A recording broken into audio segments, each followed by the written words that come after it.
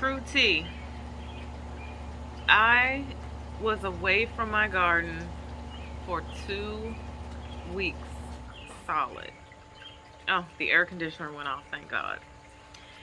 And I have zero regrets. And I'm going to tell you guys why. And I hope I can get through this video before the air conditioner decides to come on again. It would be stating the obvious that I'm back in the garden today. This is my second day in the garden. I like this hat. It's my favorite gardening hat though. And it keeps the sun off me. My garden was getting on my nerves, right? And that's the reason why I wanted to do this video, you guys, because I started thinking about this thing in my mind. I said, if I had started gardening during YouTube, would I be as into it as I am now? I don't think that I would. I don't even think I would be able to afford it.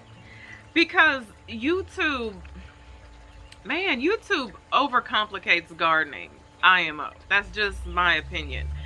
But I think that I watch a lot of gardeners. I watch a lot of garden videos, and that this time of year, that's all I watch. Like okay, so I watch sewing videos in the fall and in the winter. And then around about February-ish, when I'm trying to put things together in my mind that are going to go on in my yard, I start watching gardening videos. And I love Laura from Garden Answer. I love Erin, the Impatient Gardener. I love her attitude because she's like, yeah, whatever. I love that about her. I love Linda Vodder, because she's what I desire to look like when I'm gardening. She's out there in her white button-up shirt with her little trowel in her hand, and I'm out there looking like don't nobody love me. Like I'm looking today with my wrinkled up t-shirt and my garden hat on, and typically I typically garden in long sleeves, long pants, and rubber boots. Because I ain't about that life. Like, I don't want nothing on me. I don't mind bugs, but I think about ticks and all that type of stuff, and mosquitoes and things like that. I get bit at least one good time a year. Stung. I might get stung 10 times.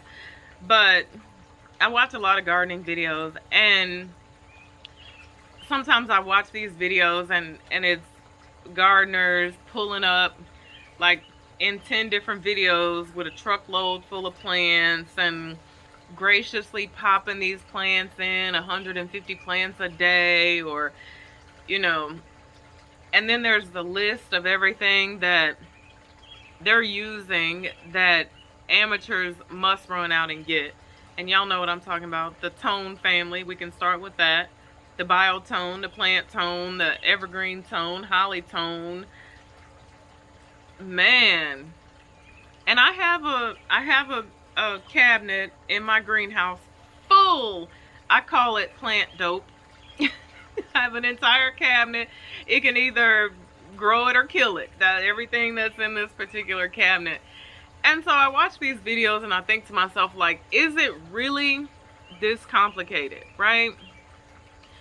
And I was working in my yard. I made a promise to myself at the beginning of the year. I said, I'm not taking on any strenuous projects this year. This house, this is a project house, okay? Something is always torn apart in this house. Something's always getting redone. There's always a wall down. There's always a fence down. There's always constantly. And this year, I said, we are not doing that. I'm not doing anything strenuous in my garden. I have all the flower beds I need. We have all of the structures in the garden that we need. I want to do my fence, but I cannot do my fence this year. I don't have it within me to do 2 acres of wooden fencing. I can't do that. And so we know, and when I take you guys back to the garden, as per usual, par for the course, you guys are going to tell me that if I painted my fence, it would really make my garden pop, and I know this. But if I paint my fence right now, it'll make my mind pop. I'm not doing it. We are going to lime wash our house probably in the next 2 weeks though. That has been on my heart and on my mind, and I really want to do it. And I really want to do it because our house is an ugly yellow brick, and there are things that I want to do with the, like the door and the window frame, and I'm gonna start putting more effort into my front yard. But right now I'm researching deer resistant plants because we don't have that problem in the back, but in the front, like, the deer ate my hosta before they got out of the ground good, and I have tons of hostas in the front yard, but just all night long, like, the deer are setting off the camera all night long because they're just grazing on the hostas, and they just wiped the hostas out this year. So let me get back to where I got frustrated with my garden. So I was working. I actually worked harder in my yard this year than I thought I would, than I had planned on working. I planted more plants than I had intended to plant because y'all know what it is. You know, you go to the garden center and you're like, I need some super petunias. And then the bed of the truck is just full of ish when you leave, you know. So I did that. I even took out more grass, which is going to help me in the long run. It's my intention to take all the grass out from back there. But first, what happened was I started to have a really big aphid problem. And you guys asked me about insects and rodents, and I'm going to get more into that in a minute. I started to have a really bad aphid problem that I didn't know I had given to myself. I had caused this problem myself. I had never dealt with aphids on as grand of a scale as I dealt with this year, right? And I couldn't figure it out. I mean, aphids were on everything. They were on my viburnums. They were on my butterfly weed. They were on my, what's that, Joe Pye weed. They were on everything, right? And so I remember last year I was in my local nursery, and I asked the owner, I said, hey, what is really the best fertilizer one could ever use? Like, what is that thing, right? And he said, hands down, Osmocote. Okay, now you may be an Osmocote lover. Okay, great. But the answer to this question depends on who you ask and who they're sponsored by. Okay, I'm just gonna let you know that right now. I've never used Osmocote. I've used Biotone starter. I used Plant Tone in the beginning of the year. Y'all know I use things like Epsom salt, eggs, or eggshells, you know, all that different type of stuff, right? But I never ventured down the Osmocote lane. However, I went to 3 Home Depots this year looking for Espoma products, and I found none.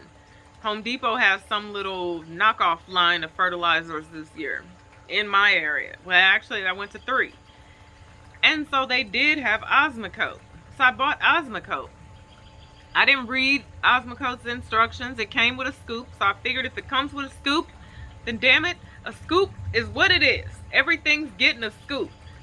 I put the scoop on stuff early spring, late winter, early spring, that needed to be fertilized. Shrubs, my snowball viburnums, my dogwoods, my weepy willow, my just Osmocote. Everybody got a scoop of Osmocote, okay? And then I started getting aphids, like really bad. And I was like, what in the world is going on? Like, the aphids are bad this year. Like, it must be, yeah, the aphids were bad this year like the Japanese beetles were bad this year. But then I start researching and reading and watching, because that's what I like to do. And I realized that I was searching about aphids, like, how do you get them? Why do you get them? How do you kill them? You know, and it talked a lot about how over fertilizing or under fertilizing or incorrectly fertilizing can cause aphids. And I was like, oh, I done sat here and gave myself aphids. What do you know? So I start to use a little bit of insecticidal soap, which which worked on some stuff. It worked on everything except the viburnums, because they were persistent on the viburnums. Every time I would think that they were gone, I would be over by the viburnums and I would see ants. And I'm like, oh my God. You know, if you see ants hanging out, crawling up the stems of your plants, trying to get to the top or the middle or wherever, you know you got aphids. Because aphids and ants are homies. Just in case you didn't know, they run together. Ants like to eat the stuff that aphids leave behind, secrete or whatever. And I've also learned that sometimes ants will show aphids where the potty at, okay, where the party is. So, but yeah, so I had aphids really bad, and I was really frustrated by it. But then some stuff just worked itself out, you know. Fire truck.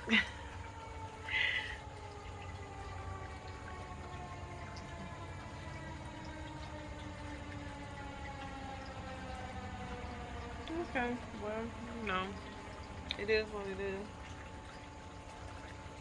Yeah, so some stuff just kind of, you know, worked itself out or whatever, and other things were really, really struggling. I had a lot of stuff that wasn't growing.